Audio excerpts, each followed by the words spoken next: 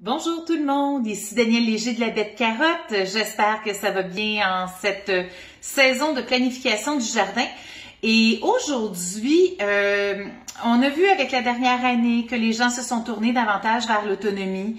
On est davantage préoccupé aussi par la provenance de nos aliments outre-mer ou du sud et tout l'impact écologique aussi que ça crée au niveau de la planète. Et souvent, on s'aperçoit que l'hiver, ça coûte quand même cher les légumes frais là, à l'épicerie. Alors aujourd'hui, moi de mon côté, ça fait depuis plusieurs années que je fais mes conserves et que je vise l'autosuffisance. Donc, je voulais vous donner un petit peu quelques trucs ou vous présenter, moi, ce qui fonctionne bien dans mon jardin. Moi, je vous suggère, si vous habitez une région autre que la mienne, moi je suis dans la grande région des Laurentides, dans la région de Saint-Jérôme, faites le tour aussi de vos régions pour voir qu'est-ce qui fonctionne bien comme aliment, donc comme nutriments qu'on va pouvoir avoir pendant l'hiver. Les mois froids, qu'est-ce qu'on a besoin? Surtout, on manque grandement de vitamine A et de vitamine C. On manque de plusieurs nutriments. Donc, dans la présentation que je vais vous faire aujourd'hui, je vais vous présenter certains légumes complémentaires qui se conservent bien. Donc, je vais vous parler de ceux qui poussent bien chez moi, mais aussi, je les ai choisis en fonction de leur pouvoir de conservation, on va dire ça comme ça, pour l'hiver, sous différentes formes, que ce soit congelé, que ce soit transformé ou que ce soit encore desséché d'une certaine façon. Aussi, ce que je regarde, c'est leur rendement au jardin l'été par rapport à leur coût de revient versus le prix auquel on le paye l'hiver, puis leur facilité de culture aussi au jardin. Autre point intéressant aussi, on ne veut pas toujours manger la même chose, donc leur versatilité au niveau des recettes en cuisine. Puis le dernier point, c'est leur rapport nutritionnel vraiment riche et varié et leur goût. Donc dans mon palmarès, le premier élément qui est bien nutritif, la patate. Ma belle-maman, elle en avait presque à tous les repas, la patate. C'est facile à cultiver au jardin, on creuse une tranchée. Donc, quelque chose d'un petit peu plus creux, on va venir déposer nos patates. On va mettre de la terre légèrement par-dessus. Quand ça pousse d'un 15, 20, 25 cm même, on vient rajouter une couche de terre et ainsi de suite, jusqu'à ce qu'on ait un beau buton avec des belles tiges vertes qui commencent à faire des fleurs. Donc là, une fois que les fleurs se font, c'est que nos petits tubercules de patates se font le long de la tige qui était verte autrefois dans la terre. Puis c'est ça qui va nous donner les patates. Ou encore, si vous avez juste un balcon, c'est facile à cultiver. J'avais déjà présenté l'année dernière mon truc de patates en sac. Donc, on prend un sac de terre à jardin qu'on roule. Donc, on laisse juste ça, on met de la terre dans le fond. On dépose des patates germées, donc un bout avec le germe par en haut, parce que c'est ça qui donne la tige. Donc, vous pouvez en mettre un ou deux. On recouvre de terre, ça va faire des petites tiges et on monte ainsi de suite en déroulant notre sac jusqu'à ce qu'on ait, encore une fois, nos tiges, nos fleurs. Quand les tiges sont séchées, nos patates sont prêtes. Puis la patate, historiquement, ça a été un légume qui a permis à bien des gens, à bien des cultures de survivre, OK? Donc, c'est un aliment de base, quand même bien nutritif, assez calorifique, mais c'est pas un sucre rapide. Donc, si on regarde au niveau des nutriments, c'est un hydrate de carbone qui est quand même assez complexe versus le sucre blanc, Donc, c'est quelque chose qu'on va carburer à moyen terme. Donc, qui nous aide à ne pas avoir faim pendant un bon bout de temps. Elle est pleine aussi, cette belle patate-là, de vitamine B6, de vitamine C, puis on y retrouve aussi du potassium. Donc, c'est pour ça que les athlètes aussi en mangent pas sous forme de frites, mais bien agrémenté, la patate. C'est une excellente source d'énergie à moyen terme pour le corps, contrairement au sucre, comme j'ai dit. Puis, le dernier élément, c'est notre pleure. C'est un bon apport en fibres aussi, si on mange la patate avec la pleure. Au niveau de la cuisine, qu'elle soit bouillie, qu'elle soit rôtie, qu'elle soit, oui, en frites, mais pas trop d'huile, il y a tellement de choses qu'on peut faire avec la pomme de terre, qu'il n'y a pas de problème à ce niveau-là. Au niveau de la conservation, elles vont bien se conserver dans un caveau adéquat, pas trop humide, dans un sous-sol, dans un garage, sans trop de changement de température. Puis ces patates-là, dans le fond, qu'on récolte dans notre jardin, regardez, j'ai laissé encore la terre. Là, elles commencent à être molles, c'est la fin de la saison. On peut les laisser à l'extérieur. Ils n'ont pas été traités contre la germination. Elles sont biologiques dans nos jardins. On la laisse germer, je vais pouvoir couper les germes. Je vais repartir de ces patates-là dans mon jardin cette année. Donc, c'est une roue sans fin, très, très économique. Le deuxième légume que je vous conseille à avoir au jardin pour pouvoir le consommer l'hiver, ben c'est nos belles petites courges d'hiver qu'on peut faire pousser au jardin. Oui, au niveau des points que je vous ai présentés au début, ils vont prendre un peu plus de place, mais on peut les laisser courir sur le sol ou encore les faire grimper sur des treillis. C'est ce que je vais faire cette année parce que ça prenait vraiment trop de place dans mon espace en arrière. Ça demande un petit peu plus de nutriments que nos patates, donc il va falloir faire un bon apport en compost et peut-être leur offrir des nutriments au cours de l'été parce que c'est des légumes qui sont quand même gourmands. Donc, ils demandent du compost, ils demandent de l'azote en cours de saison, mais il faut faire attention, comme pour tous les cucurbitacées, donc les concombres, puis tout ce qui est courgettes, etc. Il ne faut pas arroser le feuillage. Donc, on fait bien, bien, bien attention à ce niveau-là. Mais c'est quand même un légume là, relativement facile, puis un plant devrait vous donner, si vous le taillez bien, là, 5 belles courges à la fin de l'été. Au niveau des nutriments, au niveau de nos courges, elles vont nous apporter beaucoup de minéraux ainsi de la vitamine C. Comme on a dit, on en manque l'hiver, donc c'est une bonne source aussi de vitamine C. Puis elles n'ont pas beaucoup de calories. Pensons-y, la courge spaghetti, là, contrairement à des pâtes alimentaires, ça les remplace très bien, mais avec beaucoup moins de calories. Au niveau de la cuisine, on peut faire toutes sortes de choses là, avec nos courges. On peut faire de la courge grillée, on les coupe en deux, on les met à l'envers sur une plaque à biscuits, ça cuit bien, coupé en petits cubes, un peu rôti après ça à la poêle. Moi, mes citrouilles, je les coupe, je les fais congeler, puis je fais des super bons potages à ce niveau-là pendant l'hiver. Il m'en reste 2 sacs à passer avant l'été. Et on peut faire plein de choses. Au niveau des courges, par contre, à la fin de la saison, pour la conservation, ce qui est important de faire, on a ici le pédoncule qui devient brun, qui dessèche, on le coupe, mais on ne la rentre pas tout de suite. C'est important de la laisser 5 à 7 jours au soleil, donc à l'abri de la pluie, quand même à la chaleur, pour que notre peau durcisse, qu'elle devienne brune, pour que notre courge, dans le fond, puisse se conserver comme il faut tout au long de l'hiver. Regardez, il m'en reste encore, là, puis ça a été cueilli au mois d'octobre passé. Donc, ça se garde très bien, sans trop de variation de température, comme j'ai dit pour les patates. C'est la même chose. Au niveau des graines, est-ce que, Daniel, je peux faire comme ma patate, reprendre les graines et partir de graines de courge? Malheureusement, au niveau des cucurbitacées, les abeilles se promènent de type de courge à type de courge, puis le pollen se mélange. Donc, même si je prends une graine là-dedans, ça peut me donner une pseudo butternut, delicata, concombre, zucchini. Je ne sais pas qu'est-ce que ça va me donner au niveau génétique. Donc, c'est difficile de conserver les graines sans mettre en place un certain système là, pour pas qu'il y ait de croisement de pollen au niveau de nos courges. Et maintenant, mes troisièmes favoris. Je dis lait parce que je les mets un petit peu dans le même bateau parce que ce sont nos légumes qui vont amener du goût lors de nos mets, puis lorsqu'on cuisine. Donc, je mets oignons, poireaux et ail pas mal dans le même bateau. C'est des légumes au niveau de la culture qu'on doit partir. Moi, j'ai parti sous forme de graines, là. Ça, c'est mes petits poireaux val-au-vent. Donc, c'est quand même 12 à 14 semaines là, avant de pouvoir être mis au jardin. Ça, ici, c'est mes petits oignons qui sont partis. Donc, on peut les partir d'avance comme ça pour être capable de les mettre au jardin sans avoir à acheter des oignonnets là, ou des légumes déjà bien démarrés en pépinière. C'est un légume qui est facile à cultiver. Vous n'êtes pas obligé non plus d'y attribuer un grand espace. Il va remplir les trous. Là. Vous pouvez mettre de l'ail à certains endroits, des oignons, des poireaux. On a parlé là, du compagnonnage aussi, puis de l'importance de ne pas toujours avoir les mêmes cultures, la même densité de culture au même endroit. Donc, c'est facile. Puis mon petit poireau, ici, val-au-vent, il peut être vivace. Et oui, donc le poireau, on peut le laisser au jardin.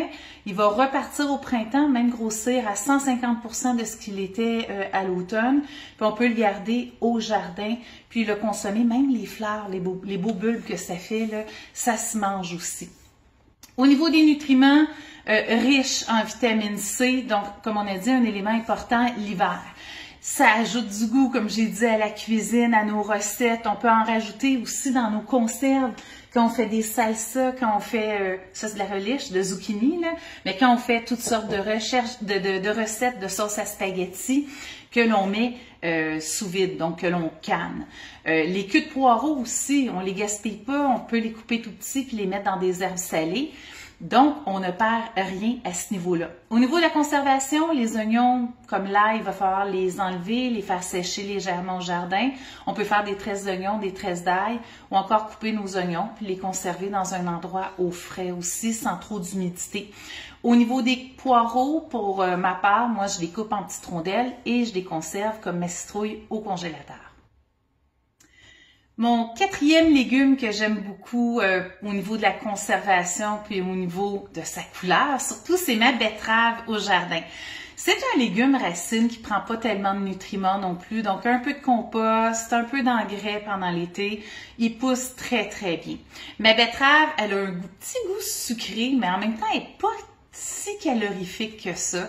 Elle est riche en vitamine B9, en vitamine A, en bêta-carotène et en vitamine C. Au niveau de la cuisine, oui, on cultive surtout le bulbe de notre betterave, donc sa racine.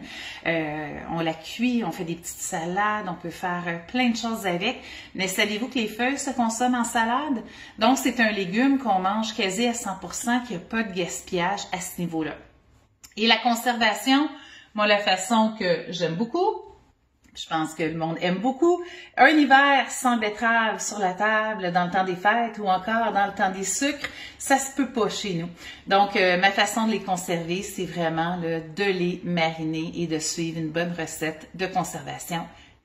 Mon cinquième, un autre légume racine par excellence que tout le monde apprécie beaucoup, il est facile à cultiver. Donc ma petite carotte, là, c'est pas compliqué. Encore une fois, ça prend pas beaucoup de place, donc je peux les mettre là, dans les trous au jardin avant que les légumes principaux là, grossissent et prennent beaucoup de place. La seule chose qu'il faut regarder, par contre, là, je dis pas beaucoup de place, il faut quand même une certaine profondeur là, pour que nos carottes se développent bien dans le sol. Excellente aussi, beaucoup de bêta-carotène, d'où leur petite couleur orange, de lutéine, d'antioxydants, puis elles sont aussi très riches en vitamine A. En cuisine, bon, on en met partout dans les pâtés au poulet, on peut faire bien des choses avec nos carottes, puis les enfants l'aiment beaucoup aussi pour son goût sucré. Ce que j'avais fait l'automne passé, j'en avais fait des petites tranches aussi, c'est très facile de les déshydrater si vous avez un déshydrateur, puis les ajouter à vos soupes ou si vous faites de la randonnée, puis vous faites un petit mélange de soupe, de le mettre à l'intérieur. Je les mets en conserve comme ça, c'est très facile. J'ai oublié de vous le dire aussi, pour les betteraves et les carottes au jardin, c'est possible de les conserver dans le sol jusqu'à Noël parce qu'on n'a pas de gel intense. Donc, si vous faites des sacs de poubelle ou différents sacs remplis de feuilles ou encore si vous placez de la paille par-dessus vos carottes et vos betteraves, bien, c'est possible de vous rendre au jardin, de lever le tout et de cueillir des carottes et des betteraves jusque dans le temps des fêtes. Le sixième maintenant, un de mes préférés. Vous le reconnaissez? C'est un des légumes, ou encore les haricots, là, les légumineuses les plus complètes qu'on peut avoir au niveau de l'alimentation. Il y a différents types de haricots, à vous de choisir. Là, on a des haricots à rames qui grimpent, des haricots grimpants aussi, des haricots nains, et on a différentes légumineuses qu'on peut faire pousser. Ça produit quand même beaucoup. Puis si on pense aux haricots nains, c'est bien d'en semer comme aux 2 semaines au jardin pour pouvoir avoir une production en continu pendant l'été. Au niveau des nutriments, excellent pour le cœur, tout ce qui est haricots et dans le fond les grains, tout ce qui est légumineuse qu'on peut avoir dans nos haricots. Ils contiennent des fibres solubles qui sont excellentes pour diminuer le cholestérol. On y retrouve aussi des protéines, surtout dans les haricots séchés, ainsi de la vitamine B, C et E. Au niveau de la conservation, si c'est des haricots que vous avez pour les haricots séchés, là, les bines à l'intérieur, ça, on les fait sécher tout simplement, puis ça se conserve des années et des années. Donc, dans un kit de survivalisme ou de survie en forêt, si vous faites beaucoup de randonnées, c'est quelque chose qui est intéressant parce que c'est très nutritif pour pas beaucoup de poids. Donc, à avoir vraiment en camping puis en randonnée. Au niveau des haricots en cosse, donc comme les petits haricots verts ici, il y a deux façons de les conserver adéquatement. C'est soit à l'autoclave ou encore, vous pouvez les faire congeler, blanchir congeler. Et une autre chose au niveau de nos haricots aussi qui sont importantes, c'est des plants qui sont auto-fertiles. Donc oui, vous pouvez conserver les semences de vos haricots et de vos haricots séchés et les ressemer l'année suivante afin d'obtenir des nouveaux plants. Le 7e maintenant, c'est la reine du jardin, la tomate. C'est un légume-fruit qui est gourmand. Donc, au début, ils vont vous demander un petit peu plus de travail. Donc, il faut mettre beaucoup de compost dans le sol. Il va falloir nourrir nos tomates aussi quand elles sont en floraison. Elles vont demander beaucoup d'eau, de calcium, d'azote. Donc, il faut s'en occuper. Mais il y a des variétés qui sont un petit peu moins exigeantes. Si on pense aux tomates bonbons, c'est la variété qui est vraiment la plus facile à faire pousser, qui a le moins de maladies. On a aussi des tomates géantes comme la Mémé de Beauce. Puis on peut avoir des tomates aussi qui a presque pas de jus à l'intérieur. Donc tout ce qui est tomates italiennes pour faire des sauces et de la conservation, ben s'y apprête très très bien. Les tomates poussent quand même relativement vite. On a des plants déterminés qui arrêtent à une certaine grandeur, mais il y en a que, ils vont pousser tout l'été. Donc oui, on a besoin de tutorage, puis on a besoin de vérifier notre tutorage là, en cours de saison pour être sûr qu'il est solide. Et nos tomates, elles vont se mettre à popper en juillet jusqu'au mois de septembre, puis on va en avoir de façon abondante là, à ce niveau-là. Nutriments, c'est un super aliment, la tomate. Puis même si elle est cuite, même si elle est mise en conserve, elle conserve énormément de vitamines et de minéraux. C'est un aliment là, vraiment là, lors des longs voyages anti-scorbut là, qui amène donc la vitamine C, puis les vitamines qui sont nécessaires là, pour nous autres. Également, c'est un légume rouge. Donc, tout légume rouge, il y a de la lycopine. La lycopine, dans le fond, c'est un antioxydant. Puis, elle contient aussi de la vitamine A, B, E, vitamine K et du potassium et d'autres minéraux. Donc, c'est vraiment là, la reine du potager. C'est pas pour rien qu'on l'appelle comme ça. Cuisine, allez-y avec vos recettes à base de tomates. Là, je suis sûre que vous en avez plein. En soupe, en sauce. On l'apprête partout à la bonne franquette, la tomate, en tranches des hamburgers l'été. En ketchup, on est capable de faire notre propre ketchup Heinz aussi. Là. Il y a plein de recettes en ligne là, pour en faire. Donc, la tomate, là, ça prête bien à toutes les sauces, c'est le cas de le dire. Au niveau de la conservation, différentes façons de la conserver. J'ai oublié de les sortir, mais j'en ai une coupe qui sont congelées directement au congélateur. Donc oui, on peut les faire congeler. Après ça, en dégelant, ben, on enlève la pelure, puis on est capable de la cuisiner comme il faut. La mise en conserve aussi, comme je vous parlais tantôt, là, on peut faire des tomates en conserve qu'on met après ça sur nos rôtis de palettes ou sur différents mets que l'on fait. On peut aussi la faire déshydrater. Ça se fait très très bien justement avec les petites tomates cerises. Après ça, on a juste à les réhydrater pour les recettes. Et regardez, la tomate, là, c'est la reine partout. Mon 8e au jardin, c'est les topinambours ou les artichauts de Jérusalem, plus du côté anglophone. Plusieurs le connaissent là, sous une fleur, mais oui, c'est aussi un légume. C'est des tubercules, dans le fond, qu'on met en terre. Je vais vous les montrer plus proche. Là, ils commencent à être secs. Je vais les mettre en terre bientôt. Ils vont germer. C'est des tubercules, dans le fond, qui vont faire comme les patates, là, des belles fleurs jaunes, même un peu plus grosses, magnifiques. Puis à l'intérieur de la terre, ben, ces tubercules-là vont faire comme ça fait avec des canaux, là, en faire plusieurs. Rendu à l'automne, on peut aller chercher quelques topinambours, en laisser un ou deux, qui eux autres vont refaire des fleurs, puis d'autres topinambours l'année suivante. Donc, en autosuffisance, là, puis si on veut un jardin qui coûte pas cher, c'est une très bonne chose à avoir. En plus, le topinambour est riche en nutriments. C'est un excellent prébiotique. Puis comme la patate, ben, il y a quand même des calories, mais moins que la patate à ce niveau-là. Donc, en cuisine, il y a différentes recettes que vous pouvez trouver en ligne. On peut la cuisiner aussi un petit peu comme la patate. Crue, je trouve que ça goûte un petit peu bizarre. Vous pourriez y goûter, là. Mais dans le fond, comment est-ce qu'on le conserve, là? C'est dans le frigo ou encore dans un caveau frais. Mon 9e, je dis mon parce que dans ma région, c'est quelque chose au niveau de l'autosuffisance, dans le fond, qui se cultive bien, mais c'est pas partout. Donc, c'est les fameux poivrons et les fameux piments. Ici, je vous présente mes beaux jalapenos du jardin de l'année dernière. Le problème avec les poivrons, c'est qu'il faut partir les semis vraiment d'avance. Donc, autour de 12 semaines avant notre date de dernier gel dans notre zone. C'est un légume quand même à culture longue, OK? Ça va prendre du temps avant qu'il tombe en fleurs et avant qu'il fasse des fruits adéquats. Il faut le placer vraiment là, comme la tomate. C'est en plein soleil, c'est un légume du sud. Puis si vous habitez plus au nord, au niveau du Québec, il va falloir que vous le mettiez en serre pour qu'il puisse produire, puis que vous ayez des poivrons. Donc, c'est peut-être pas un légume d'autosuffisance adéquat pour vous. C'est aussi un légume gourmand, donc beaucoup de compost, beaucoup d'engrais en temps de croissance et de floraison. Puis comme la tomate, quand il va se mettre à développer là, ses poivrons ou ses piments, il va devenir lourd, puis il va avoir besoin d'un tutorage au jardin.